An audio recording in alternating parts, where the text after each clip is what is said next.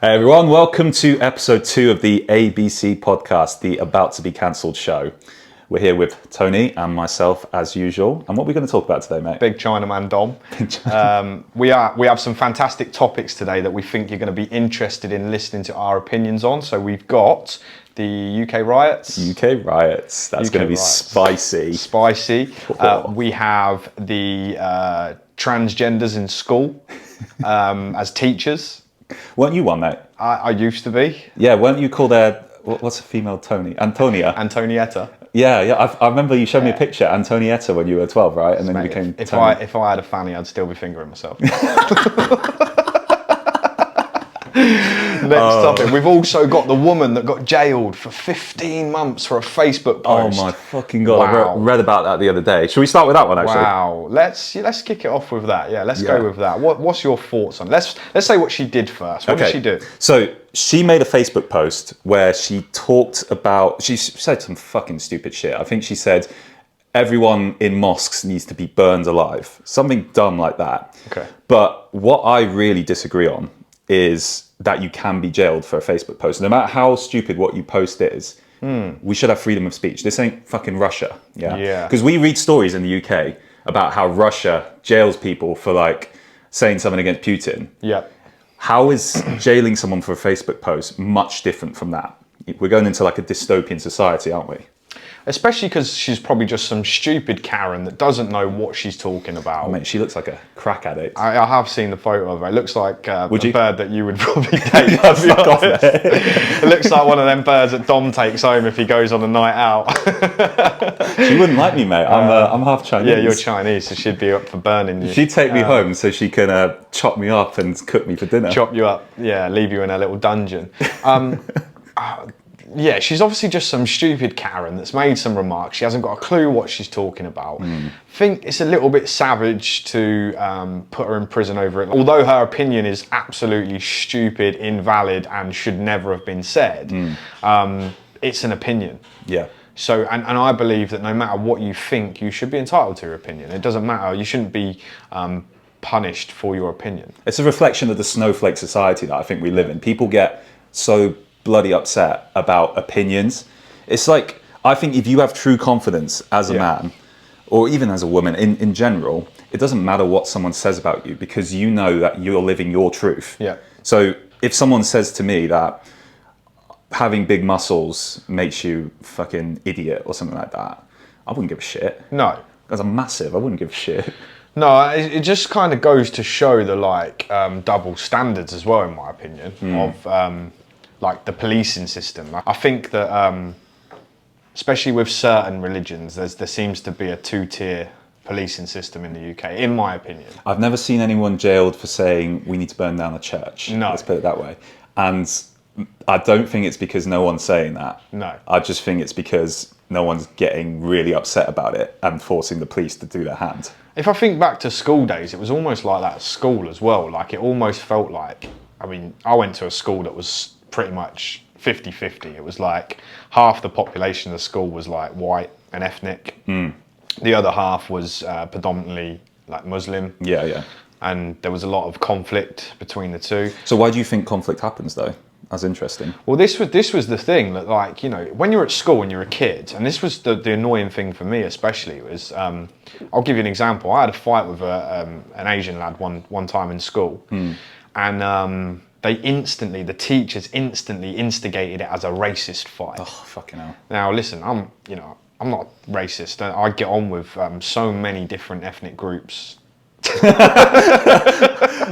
Tony has never racially abused me as a Chinese man.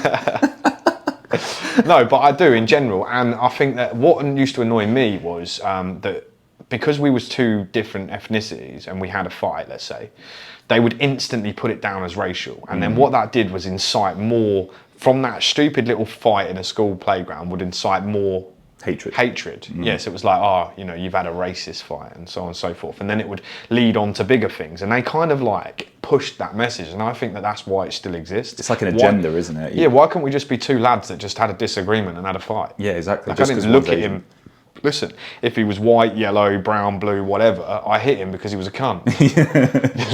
Yeah, not because he was Asian. As far as I'm concerned, he was a cunt. So We I hit both him. say this as families. We come from a family of immigrants. My mum is yeah. fully Chinese. Your parents are both fully Italian? Well, yeah, they're both Italian, yeah, but it was my grandparents that moved here. So my mum and dad were both born here. Yeah, exactly. So similar with my grandparents are fully Chinese. Yeah. My mum wasn't born here, but she moved when she was like 12. Young, yeah. So I fully understand the topic of, not being the race that is in a country, for example. Yeah.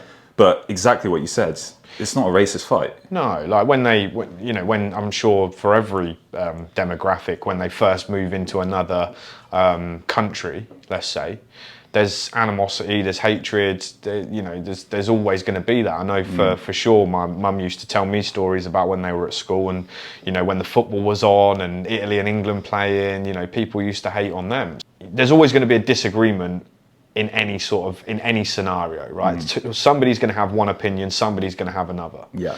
But if you always tar everything as like racial, then it's never going to go away. You know what I think it is? I think it's a way of shutting down the argument. Yeah. So two people can have a debate about topics that they have differing opinions on, but as soon as one person pulls the race card and say, nah, you're saying that because you're racist, well, now the person that said that point can't say anything back to them. And everyone just goes, oh, you're racist, you're racist. So it's almost like a cheap win for that person, isn't it? But the reason I really don't like it is because it shuts down healthy debate. Like this woman, for example, let's go back to her. She's a fucking idiot. What she said is racist. She's completely ill-informed and it's a dumb thing to say. She's just stupid. Yeah, but if you shut down people's opinions, well, what's to say you creep a little bit further next time and someone says something equally, not quite as bad, but bad as well. Something like, I don't like immigrants. And then they get shut down for being racist. Yeah. Yeah. And then it goes one step further. Someone says, I don't like that there's too many immigrants, but I have no problem with immigrants. Then they get shut down as well. Where does it end? So why does one person go to jail, as stupid as a comment is? I don't think it should happen. No. Sticks and stones will break my bones, but words will never hurt me. Yeah, I don't agree with the jail sentence, if I'm honest. I think that, like you say, it just creates that, it's like another two-tier policing system where it's another fear tactic. Now you're not allowed to say something on Facebook. I'm not sitting and justifying what she said. I think she's a fucking idiot, to be honest. But what I'm saying is the point is that you can make idle threats, but the way it was worded from what I read, she didn't even make the threat to say she was going to do it. She just said that that's what should happen. Yeah. And who's going to act out on a fucking 2 out of 10 50-year-old woman's message? Karen with no teeth. No teeth, 50-year-old Karen. Like, who gives a fuck what she says? It's not like she has thousands of followers and people are all going to listen to what she says and they're going to go and do that off her word or her say-so. She's just an idiot. It's her own Facebook profile. She's an idiot. She shouldn't say them things. But if she says them, that's her right. And if people want to hate her for it, hate her. Like, what would have been a good punishment would have been to give her community service and get her cleaning around the mosques. Yeah. I'm being serious. No, yeah, I think that'd be hilarious. Community service, like tidying up if there was ever any like bushes, roots or anything outside the mosque. And she's got to wear burqa while doing it. Yeah, why not? And she's got to be wife number 4 from some random Muslim dude. That's the punishment. That is a much better punishment. Why not? But then imagine that she had done that, then she would actually meet them people that were at the mosque. She would actually realise that they're actually good people. And then that would change her opinion. Now, all they've done is stuck her in jail. She's going to be in there for, I think she got 15 months, was it? And all she's going to be feeling, it could go one or two ways, but I have a feeling if she's a stubborn person, she'll just be thinking, this is unfair. I voiced my opinion. Why am I getting thrown in jail? And she won't have learned anything when she comes out of jail. Yeah, she's not got the chance to meet Muslims that would be offended by that. No. And like hear from their perspective, which is the way I think you cure someone like that. Because they're just ignorant, aren't they? Yeah, she's just ignorant. And that's what I said. If she'd been given a punishment that makes her integrate and meet people, like let's say if it was close to the mosque or working around the mosque or whatever, and she would meet some decent people and realise that, you can't brand every single person as a bad person. There's good and bad in every religion, So when English people in particular, when something goes wrong, let's go to the girls' deaths, because I think this is where it's all stemmed from. Yeah, the riot started from the girls' deaths. The riot started from the girls' deaths, let's say. So one idiot immigrant came in and did this. I'm not even sure he was an immigrant, mate. He was son of an immigrant family or something like that. Right. And I think there were conspiracy theories that he was an illegal immigrant, which sparked some of the more like racist stuff. Yeah. But I think painting it as racist demonstrations, racist riot, is a really lazy way of doing it, because I think the majority of those people are not racist. They're just tired of bad things happening in their country. Like, fucking 3 girls got stabbed to death. Yeah. It's insane. That should never be happening in the first world country. Why do you reckon the people are actually rioting? I just think they're just finally pissed off of everything that's going on. You know, it all leads into at the minute it leads into the immigration, but the bigger truth is that we've had years and years of shit in this country. And I think that people are just getting to the point where they're fed up of it. You know, at the minute people are struggling in the UK. People are struggling, and you give anybody an opportunity to join on to something that they feel a part of, and they're gonna do it. Yeah. I think from their perspective, I think they in the majority, people don't really know why they go and join these riots. I don't think they really understand the true topic or why they're there, because if they did, you wouldn't get the idiots that go and do the stupidness when they're on the riots, you know? Well, you know what I hate about the reporting on the riots is whenever the topic of immigration is brought up, you just get labelled as a racist. Yeah. And I feel like I can say this as a son of an immigrant, but I do think the immigration is a problem. The thing is, it's got nothing to do with the fact that a Muslim's coming in, or the fact that a black person's coming in, or a Chinese person. It's got everything to do with the fact that net migration is around 600,000 at the moment. Right. So you got 600,000 more people entering into a country every single year. That's going to cause problems. It's not about whether they're Muslim. You can get 600,000 white English people coming into the country every single year. That's going to drive up house prices, especially when only 200,000 are being built each year. So I understand why they're angry, but what pisses me off is you just get instantly labelled a racist. As soon as you're anti-immigration, you're a racist. But you just made a very good point there about the housing shortage.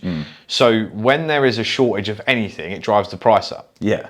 Yeah, and then if you look at the prices of houses at the minute, because immigrants are not going and getting mortgages and buying houses in the most part. I mean, they will long term, but not when they first come to the country. If they're immigrating from a country because of trauma and whatever's going on in there, housing. They're getting social housing. But somebody's paying for that somewhere, you know. Whether it's the taxpayer or whatever, someone's paying for it. It's just bigger business, isn't it? Yeah. It's not like, you know, if you look, there's reports that a lot of immigrants are staying in a 4-star hotel, which is being paid for by the UK taxpayer. Yeah, it's like a Premier Inn or Travelodge. Something like that, Which yeah. is decent. I'll happily stay in one of those. But if you look at, it's not families, it's not family of immigrants, like kids, women, you know, so on and so forth. It's just men. Yeah. Which is the problem, because it's like fighting age men that are coming to the country, and some of them are, you know, they're from trauma, they're from traumaed backgrounds. If they're escaping a war-torn country,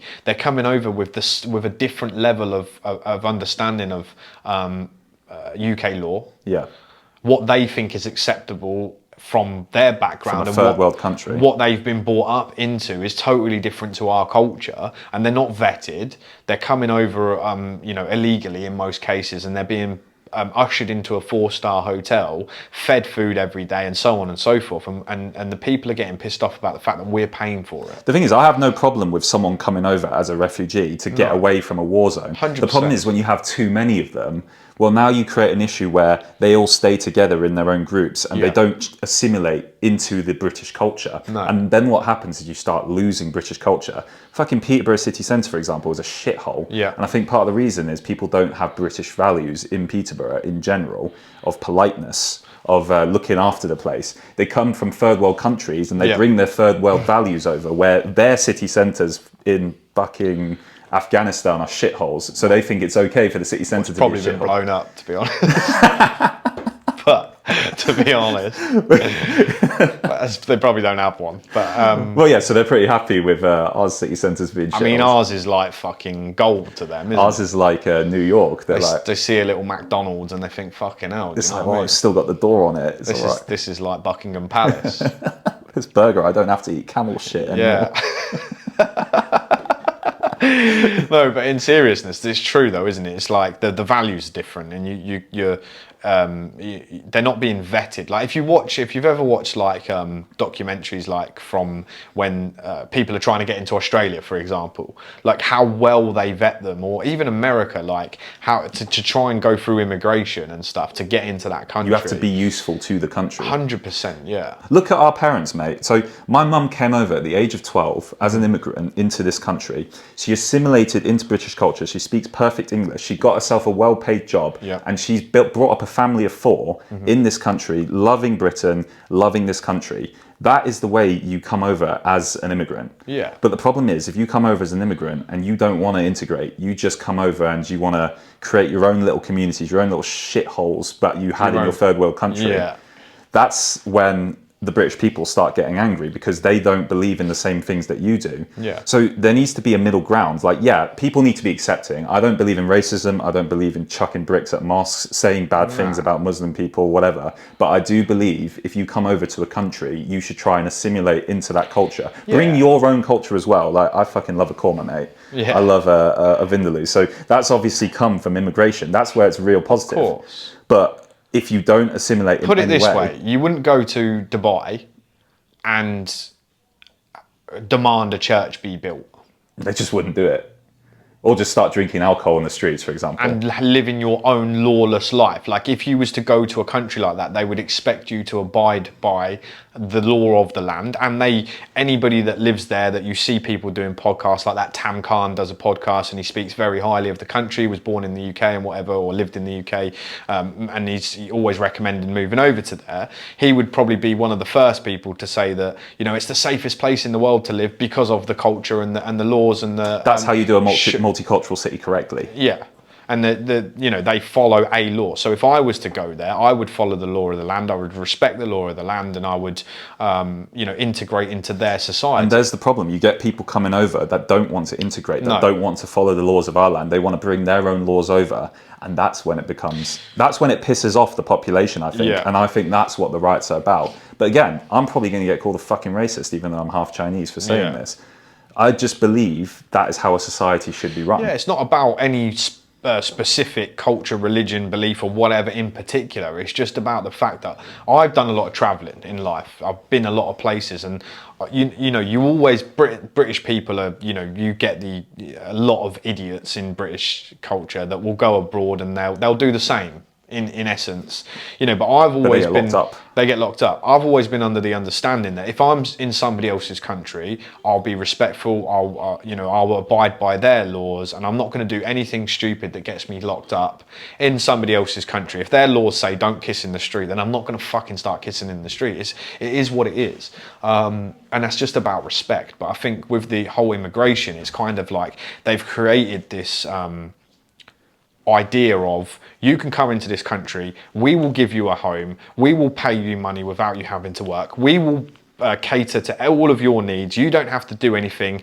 Then they come in with the arrogance that, well, this is fucking easy. Imagine going to their country and doing that. Oh mate, I'd move over. If I go to Dubai, get paid some money, not have to do anything. Get paid to live in a nice place in Dubai and fucking get my meals paid for, and so it just wouldn't happen. No, it wouldn't they just happen. wouldn't do it. But that's why they're creating a beautiful city, because they're bringing useful people in. Yeah. What I don't like is when we don't bring in useful people. Like plenty of the British population are useless as well, like the benefits wasters and shit. Unfortunately, you can't kick them out. You can't kick them out. So why would you bring in more? Yeah. I don't get why the agenda is. Yeah, no, and that's exactly right. It's like we've got enough of our own useless idiots. We don't need any more. Yeah. There is, like you said, a lot of British people are useless idiots, let's be honest. And they have the same mentality, yet they will moan about immigrants. Like I said, there's a huge population of immigration that will come into the country. They'll start businesses.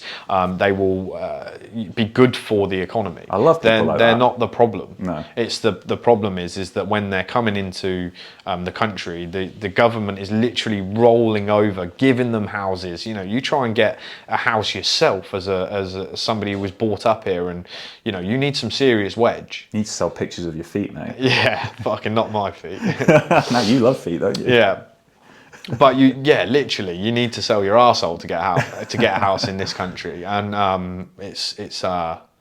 it's sort of rolled over for them. It's like, right, okay, you've come in, here you go, here's a 5-star hotel. We'll pay for you until we find you a place that we can put you on, where there's a housing shortage anyway. And that's where the issues come. It's got to be realistic. Like, how are they bringing more people in when there's not enough houses anyway? Yeah. So how's the people that live here? That's where I understand the writers. Obviously, condone violence, shit like that, but there's just an agenda in the media where they're all getting labelled lazily, I think, as racists, when I think the vast majority of people you meet in life are not racist. No, I don't even think racism can only exist if you let it, in my opinion. If you're stupid, I think. You just have to be dumb if you actually genuinely treat someone different because of the colour of their skin. Which I don't think happens anymore. I don't think many people do that. I don't think it's really... I think it used to happen, but it didn't used to be a problem because it was acceptable back then. It's like... My mum used to... She told me stories. She used to go to school and they'd come up to her and be like, "Ah, hello," with like slitty eyes. Yeah. Don't they do that to you now? I wish, mate. That's what that guy did to you at Sainsbury's the other day, wasn't it? Nah, he just wanted to see my biceps, mate. No, but the thing with my mum is she obviously didn't like it. It's racist, but she wasn't a victim about it. No. She was just like, well, I'm going to show you guys. I'll make something of myself, and she's obviously become quite successul from it. Rather than sitting there going, "Oh, everyone's racist. I hate this country, but I'm going to live in this country anyway."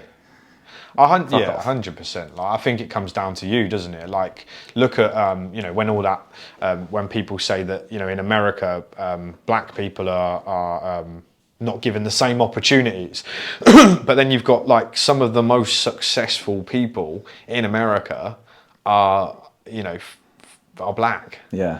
I mean, So how have they done it? If there's genuine racism going on, why are they there? Yeah, look at somebody like Morgan Freeman and he gets the main part in every movie. If it was racially led, then no one would want to. He's a skilled, talented guy. I think in the West, we're one of the most progressive places for racism anyway. Like we really don't tolerate it. You go to Saudi Arabia, mate. My parents worked in Saudi Arabia and my mum's a Chinese woman. Yeah. That's real racism there. They would really? not promote her because of the fact she almost looks Filipino, because of the fact she's a woman, so there's sexism in there as well. Right, yeah.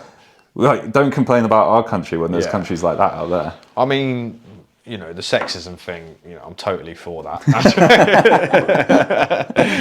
Woman, where is your burqa? Yeah, like literally, who is going to cook the dinner? Yeah, if you're working, who's going to cook the dinner?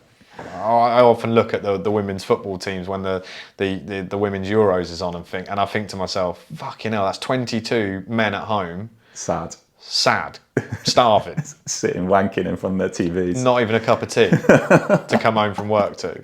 It's fucking criminal. It's fucking selfish, isn't it? The women's Euro. Selfish. Cancel it. Cancel that. Get the fuck off our TVs. Anyway. Who's the most dangerous demographic to the government? It's young men, right? Young men, yeah. How do you distract a young man? Women.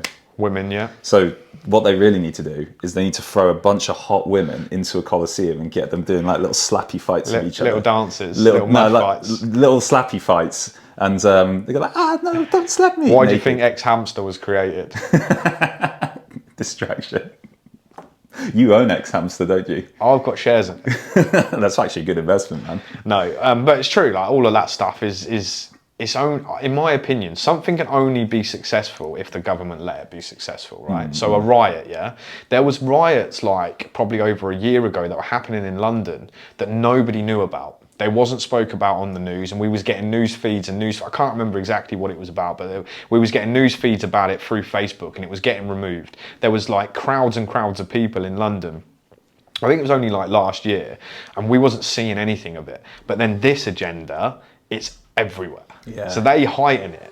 If they don't want people to join onto it, they don't speak about it. Well, actually, so they're all reporting on the far right, aren't they? Yeah. So it's all far right protesters do this, but I've seen videos of Muslim gangs running through the streets with machetes recently during the time of the demonstrations, chasing off, the white people that are there. Yeah. So why is that not reported? Why can I never see anything like that on the BBC, but I can see videos when I dig a little bit? It's because they're creating the agenda. They are creating the agenda, but also that whole religion in this country is very well protected, in my opinion. You can't say anything bad about that religion, and I'm not saying that I want to, because I like anybody, any walk of life, any person. As long as someone shows me respect, I don't care if they're Muslim, gay, black, whatever. But I did always feel at school, like even at school, like it's a very well protected religion, organisation, and you can't speak out against it. And I don't know whether it's fear or what, I don't know. But, and I don't really care, to be honest, because I just get on with my life and do my thing. But when you sort of start to look into everything, a lot of what, let's take someone like Tommy Robinson, for example, you know, every time he speaks out about that religion and he has hard evidence about certain things and he brings it to life and so on and so forth, they're putting him in jail. Yeah. Every time. Farage is the same as well. He didn't get put in jail, but he gets completely cancelled. Well, he had all of his bank accounts wiped and everything. So why can't we speak the truth in this country? I think that's where the frustration comes from, is you don't feel like... I don't particularly care that much. No. I'm not here against Muslims or anything like that. But I don't like when I see that people who speak facts and are up for open debate get shut down. Yeah. Like... you know, again, you know, you can't tar everyone with the same brush. So if I have an opinion about, let's say, the thing that Tommy Robinson was reporting on, for example, just using him as an example, because he obviously is very outspoken. He was reporting on a Muslim child rape gang, basically, in Luton. Yeah. So he had facts, he was recording outside the court, he knew when they were going to court, he was recording everything. Don't you go down to Luton quite a lot? Second home.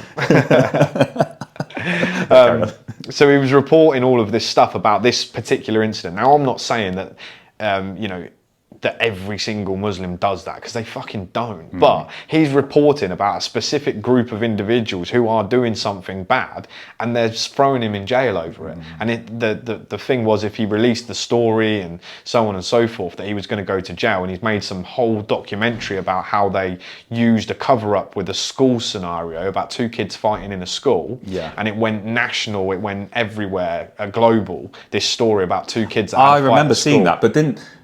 This is the problem. I don't know what's true and what's not, because I thought the BBC debunked that as a conspiracy theory. No, so he's now released his video. His hard evidence. Yeah, and he knows he's going to jail for it. He had undercover. If you go on his Twitter, you can watch the whole video. Yeah. I watched it while I was on holiday. He had secret cameras. Yeah. And he was going and speaking to the old head teacher, and secretly recording him.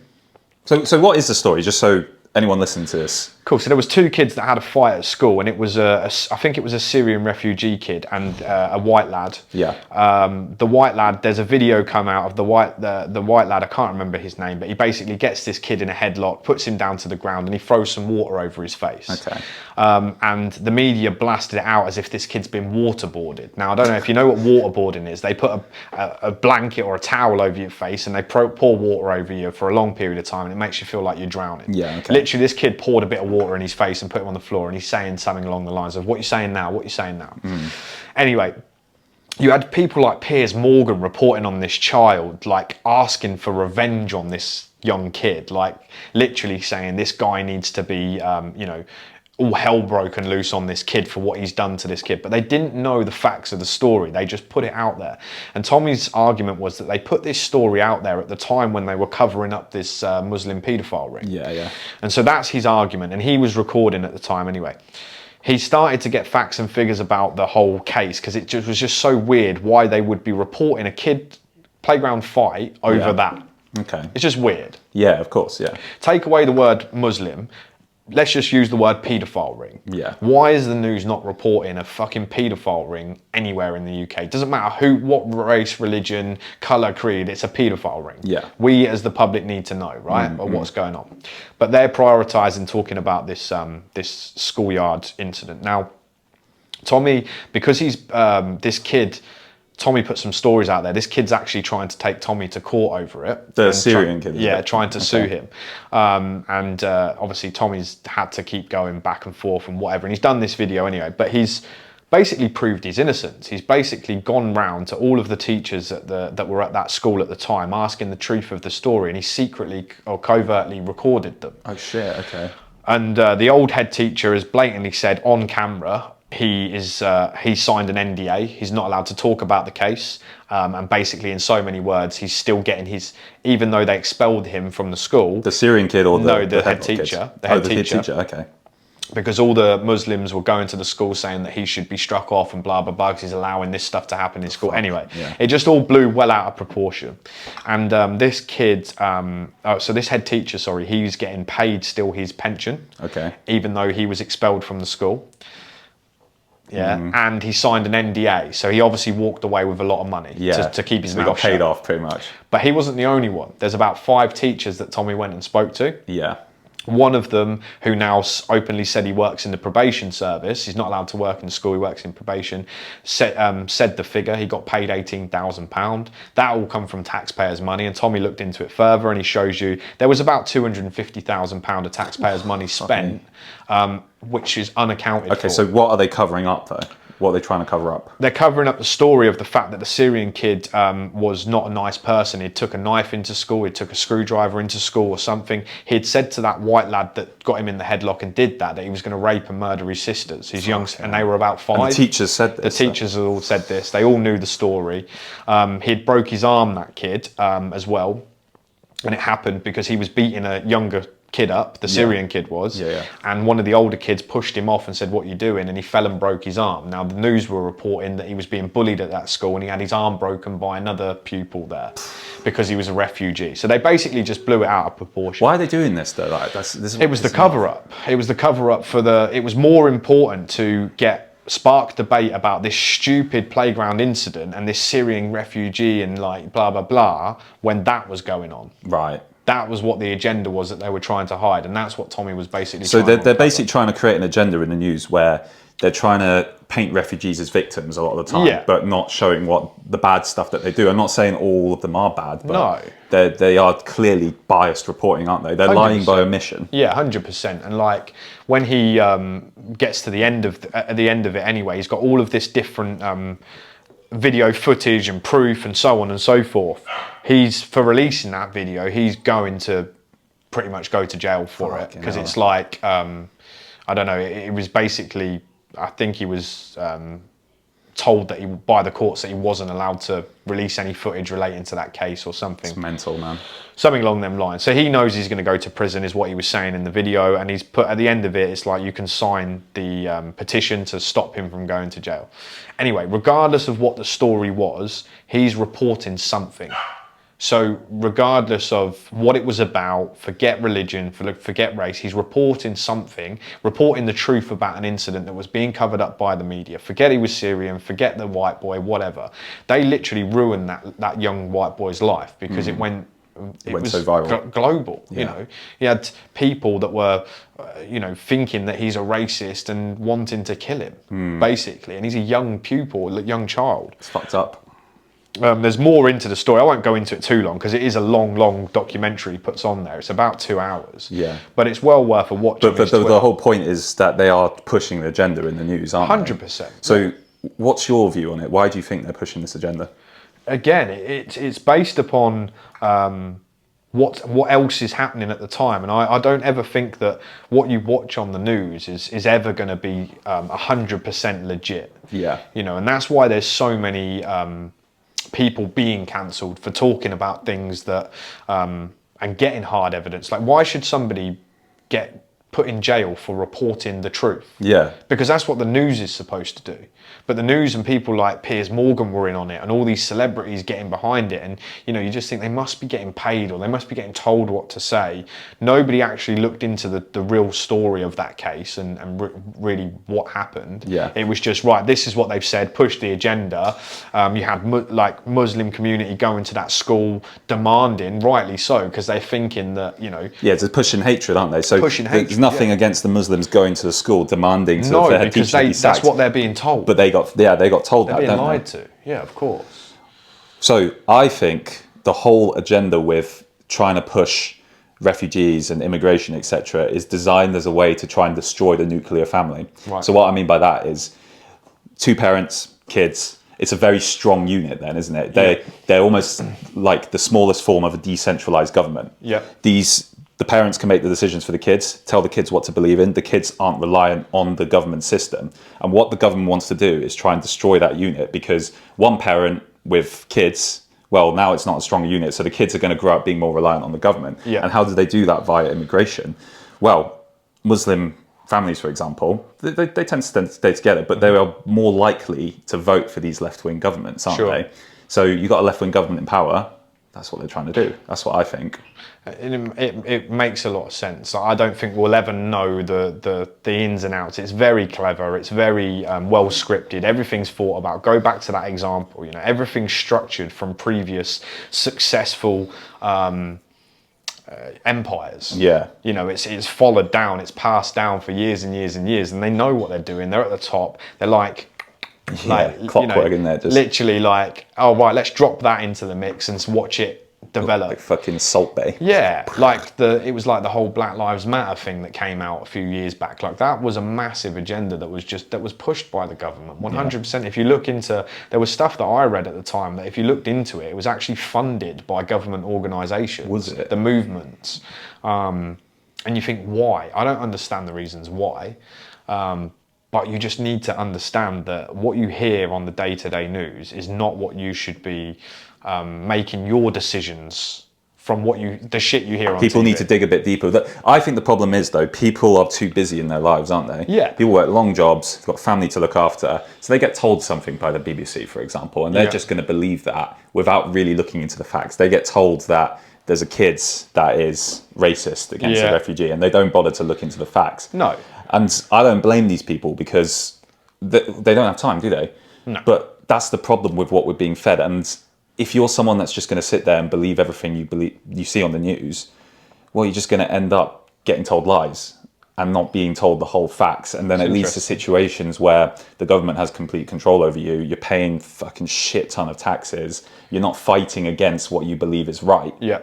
I like what you said about the whole, disrupting the whole family unit. I think that was, think back to years and years and years ago in the days when like women weren't even allowed to fucking vote. I know that sounds horrible, but that, like from that point on, what happened next? It's like women are working, men are working. Okay, cool, that's fine. They should be allowed to do what they want to do. Absolutely agree.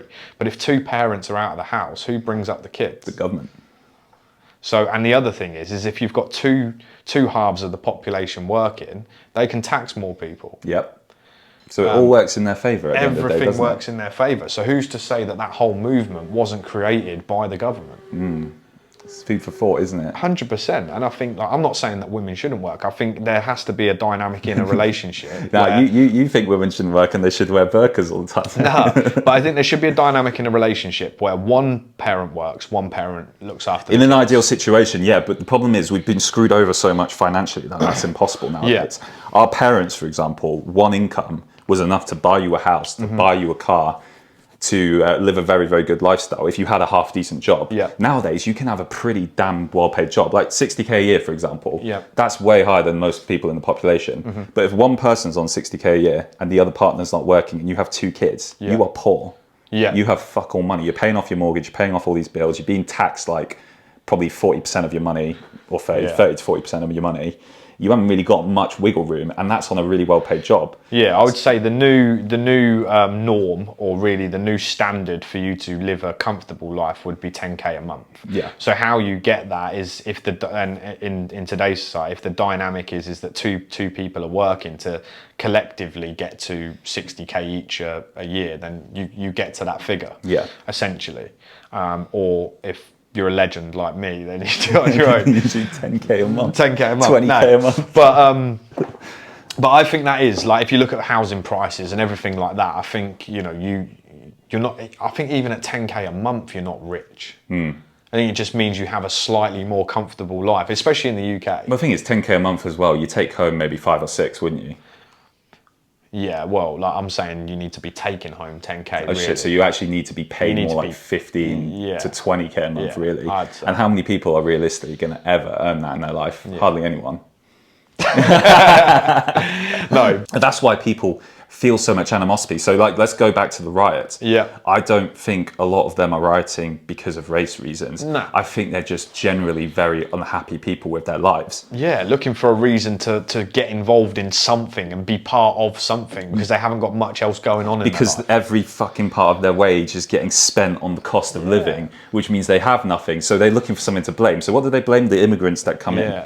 You watch some of the videos and they are funny when you see some of the English guys that they interview and they're like, so, so you're saying that the immigrants are taking all your jobs? And they're like, yeah, can't get a job. And like, what is it you do? Nothing. Like, you know, they don't want to work. Nah, they don't want to work. If they wanted to do something, they would fucking clean cars. They would do everything. Like, immigration is not the reason why people can't get jobs. So I'm equally annoyed at both sides of the coin. There's obviously, what people get annoyed about with immigration is they always talk about the people who come over and leech off the NHS. I don't think that's many people, to be honest. But then you look at the English people who do the exact same thing. They leech on the NHS, they leech on the benefit system. So where's the difference there? You just got a bunch of losers. The thing that I would say about that, and this is not a racial thing or anything like that, when it comes to the NHS in particular, I would say that let's say most English families or British families, they would have 2 children. 2, maybe 3. Now I'm having 8, mate. Yeah. Little Chinese doms running around. You fire blanks. I fire shotgun shots.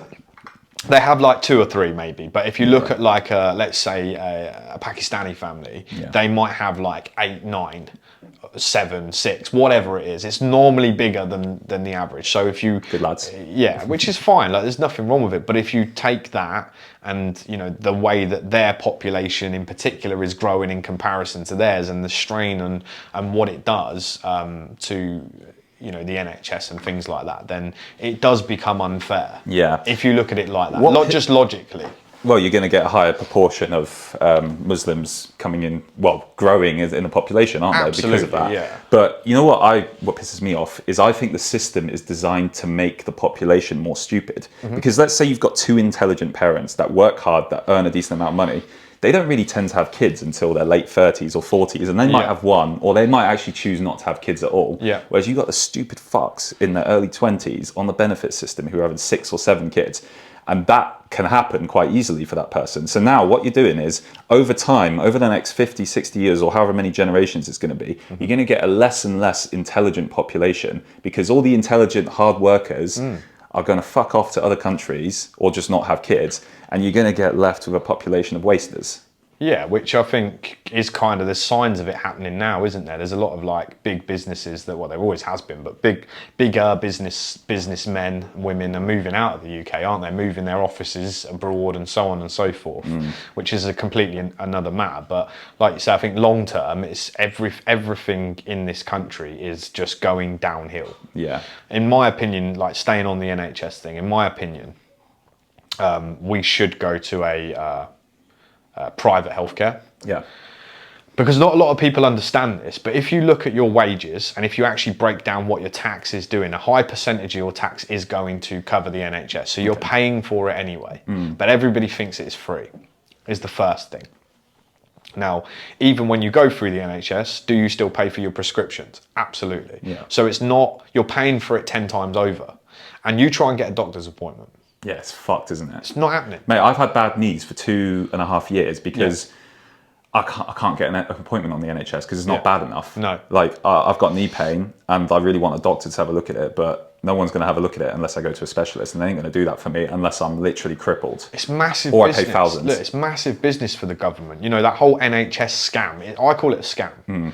Look at a private healthcare system and everybody thinks, oh, it would be so expensive to go if we were private, and it would be shit, it would ruin our country, blah, blah, blah. No, it fucking wouldn't. Look how much you've paid over your 10 years of working, let's say, how much you've paid in tax towards the NHS. How many times have you used the facility? Well, if anything, I make sure I avoid it because it's so shit. Because it's so shit, exactly right. But if you, in that time, had paid health insurance, like for private healthcare, and you needed to use it, you would pay in excess. What I like about that is it puts into practice the practice of self-accountability.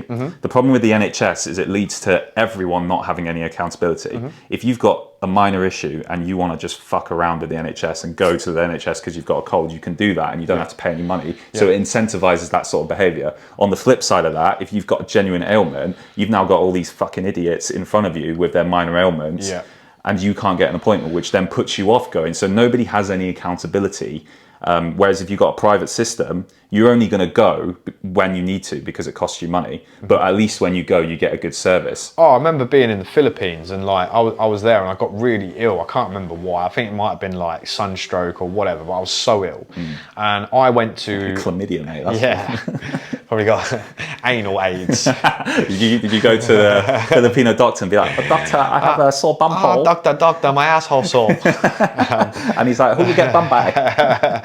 No, but I went there and literally it was empty. Yeah, because they pay for it, right? So they're not going to go there for fucking minor things. They're going to go there if they're bleeding, if they're fucking dying. Then they'll go and they'll use what money they have to do it.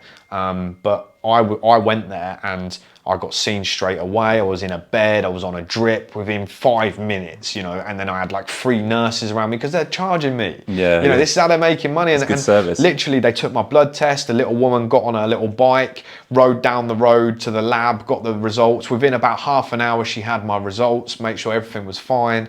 You know, and I was in there for about 2 hours and it cost me somewhere in the region of about 30 English quid. Yeah. I got some tablets, I got some rehydrating salts and stuff and whatever it was, but it cost me about 30 quid, yeah? Now, obviously being in the UK, everything would be more expensive, but it doesn't work like that here. It's like if you have private healthcare, you pay an insurance, and the insurance, like any insurance, you have an excess. If you want to use and go and see your doctor, you pay an excess of say 150 quid, but then that will allow you to have 3 appointments in that year because you've paid your excess. Yeah, yeah. So that means then I can go and have 3 doctor's appointments, proper doctor's appointments, not like the shitty NHS ones where you go in and they say, so what's wrong with you? Right, okay, next, take some paracetamol, drink some water and you'll be fine. Well, I went for my knees. I've had knee problems for a long time. Like 10 years ago, I went to one of the doctors. Yeah. And you know what he said to me? What? Just rest it. Just And lay I was down. like, mate, I've been squatting for like 3 years and I've been resting it. I've not done any squats or anything for about 6 months now. And you're sat here telling me to rest it some more after 6 months. Like, what's that going to do? What he meant was stop getting on your knees and sucking people off. Then they won't be so bad. Shit, but you didn't tell me that, man. Oh, Dr. Tony, tell me more. How can I cure my He knees? said stop ruining your kneecaps by kneeling down for men. Bending over. But yeah, go back to that, you know, with the healthcare thing, yeah, you're going to pay a bit of an excess, whatever, and then you're covered for a certain amount of treatment. It's not expensive. Yeah. You know, but now I'm in the situation where I'm paying both because I'm paying out my arsehole for this fucking shitty NHS. If I need them, I never use it as well. You never I've never use it, do used you? it. Nah, do a fuck. Bro, I used Very it. rare. I broke my toe a couple of years ago, so I had to go to A&E for that. I spent 7 hours in a queue with a broken toe waiting there. And then when I got there, they x-rayed it, said, oh, actually, it wasn't broken, like the tendon was torn, said, right, there's nothing we can do right now. You've just got to rest it and come back if it gets any worse. Obviously, it started to recover, but now I have a snapped tendon where I can't bend my toe. Right. Whereas if I had gotten private healthcare on that, I probably could have gotten some surgery on it, got the tendon reattached, whatever. I'm But surprised you haven't been to some Chinese acupuncture. Dominic, this is how we will fix your toe. this guy with like a long Chinese beard, like, oh, you'll bring honor to us all. He's like that. Toe is fixed. But honestly, if the NHS was that, I'd pay money for it. Bro, literally, like, I think everybody's under the illusion that they don't pay for the NHS. They fucking do. Like, you go and get a prescription from your doctor and see if you'll pay for it or not. Yeah, I know there is people that get it for free and so on and so forth, whatever. But, you know, they're a minority. The majority of the population will be paying for the NHS in some way, shape or form. But this comes back to the breakdown of the family unit. Yeah. And do you know how? Because back in the day, before NHS, before the government supposedly helped you by giving you free healthcare, what would happen is if you had someone that was genuinely disadvantaged, like someone that was always getting ill, and these people nowadays, they get free healthcare, yeah, fine, but we're paying for it. Well, what would actually happen back then is you'd have a family member that was always getting ill. So you'd help them because you're a tight family unit. Yeah. And it incentivized the family unit where people would look after their elders, respect their elders, respect the people around them in the family unit. But nowadays, because of the family breakdown, which is what the government wants, you've now got them relying on the government, which is a shitter way for people like us who want to have a good family unit, because now we have to fund people that, yeah, okay, they're disadvantaged. I'm happy to help people that are disadvantaged, but realistically, why can't their family help them? Yeah. Just because the unit's gone. the unit's gone. Like you said, the whole dynamic of even you look back in the day when you used to watch TV from like things back in the day, and the community vibe was different. Yeah. You know, Dorothy would go round Deirdre's next door and they'd sit and have a cup of tea. Deirdre broke her toe, so they all chipped in together to help her go to the doctors. Like now you don't even know your neighbours. Nah.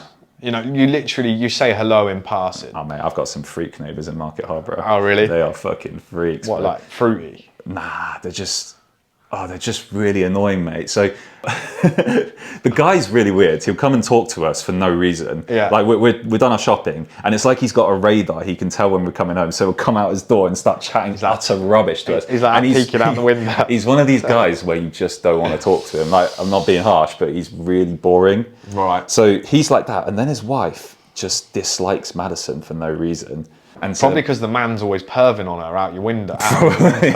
That's why he comes over and has a chat. And she's like, there's that bitch again. but his wife won't talk to us anymore, and No. we've not really done anything. Just take her around some dog soup and she'll be all right.